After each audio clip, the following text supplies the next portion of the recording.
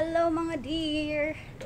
Tayo na kunin na natin, anihin natin yung ating 2 peraso ng dragon fruit. So dito tayo sa taas ngayon. Kunin na natin at hinog na. Ang bilis lang niya mahinog, guys. So eto, wait lang. So ito na nga yung isa. Ayan. Ayan, experience nating mag-ani ng dragon fruit. Medyo matigas siya. Try nga natin ikot. Masisira kasi pag inikot lang. Ayan, hindi nasira. Yan. Tadan! Maliit siya, guys, bansot siya.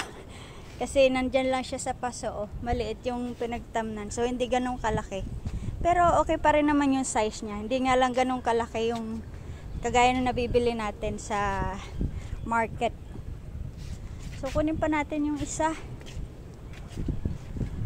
Lagay muna natin to dito. So kunin natin ngayon yung nando sa dulo.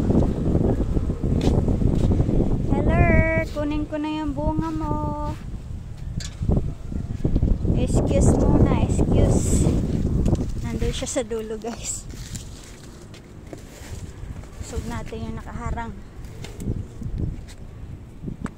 So ayun. Hello, halika na dito. Halika dito. Anihin mo ako.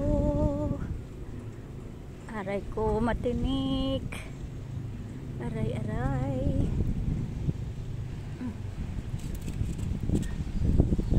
Yan, akyat natin dito para makuha.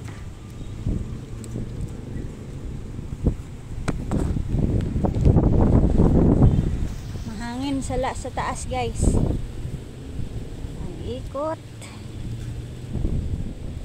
Paikot, ikot. Yan.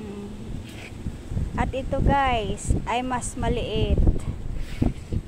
So ayan, thank you for the bunga dragon fruit. At meron na naman siyang mga panibagong patubo, guys, oh.